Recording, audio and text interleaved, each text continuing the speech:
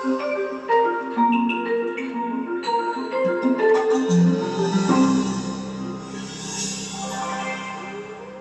happy with what you got.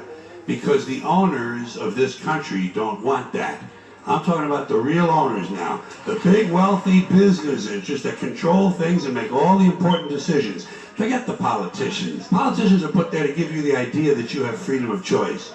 You don't. You have no choice. You have owners. They own you.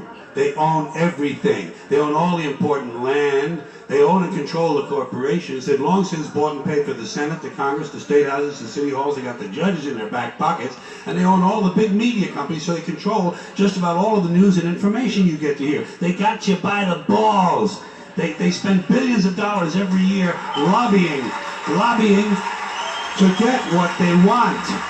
Well, we know what they want. They want more for themselves and less for everybody else. But I'll tell you what they don't want. They don't want a population of citizens capable of critical thinking. They don't want well-informed, well-educated people capable of critical thinking. They're not interested in that. That doesn't help them. That's against their interest.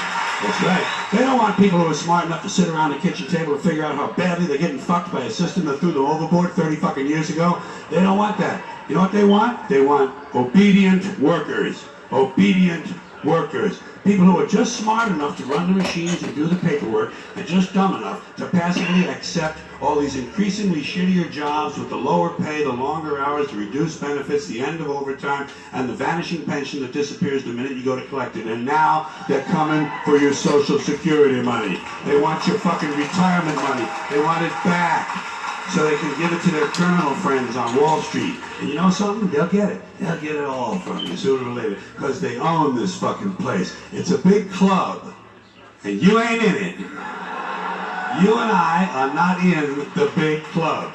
By the way, it's the same big club they use to beat you over the head with all day long when they tell you what to believe. All day long, beating you over the head in their media, telling you what to believe, what to think, and what to buy. The table is tilted, folks. The game is rigged. And nobody seems to notice. Nobody seems to care. Good, honest, hard-working people, white collar, blue collar, doesn't matter what color shirt you have on. Good, honest, hard-working people continue. These are people of modest means. Continue to elect these rich cocksuckers who don't give a fuck about them. They don't give a fuck about you. They don't give a fuck about you. They don't care about you at all. At all. It's called the American dream. Because you have to be asleep to believe it.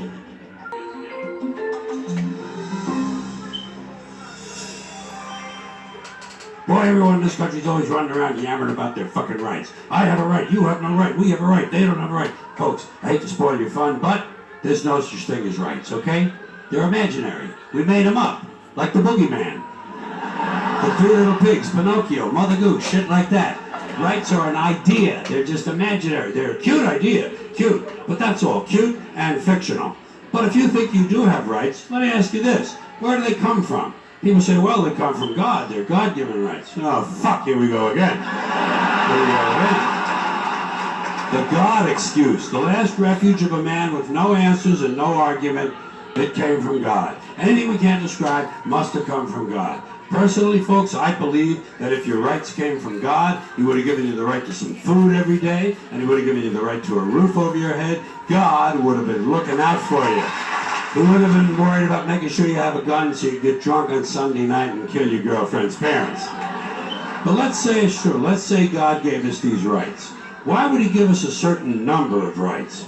The Bill of Rights of this country has 10 stipulations, okay? 10. Now, the spirit of truth exists. God is of course the devil, because that's Dalton backwards.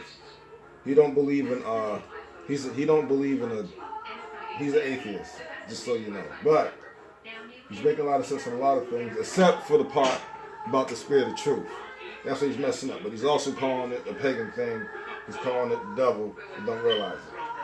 So just excuse him for that. 10 rights.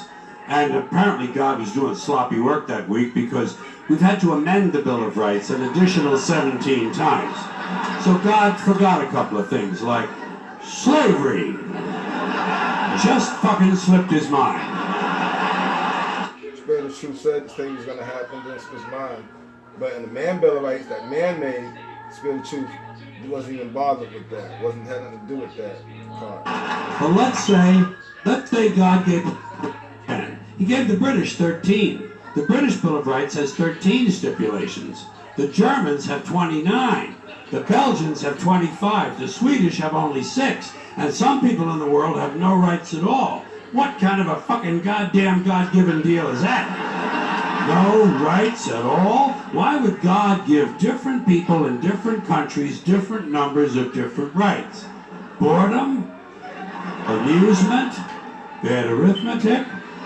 Do we find that Freedom is not free. Sometimes you gotta crack a couple of eggs to get freedom. out at long last, after all this time, God is weak and I'm not promoting violence.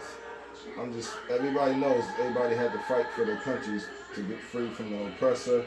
Somebody was oppressing them, or people stole countries to get their country and stuff like that.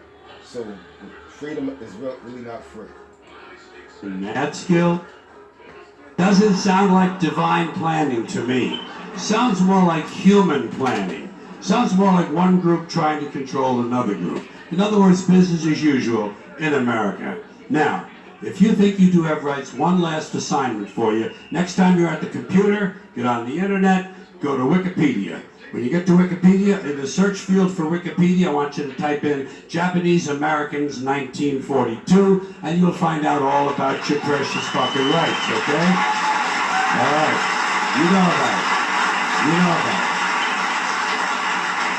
Yeah. In 1942, there were 110,000 Japanese American citizens and good standing, law-abiding people who were thrown into internment camps simply because their parents were born in the wrong country. That's all they did wrong. They had no right to a lawyer, no right to a fair trial, no right to a jury of their peers, no right to due process of any kind.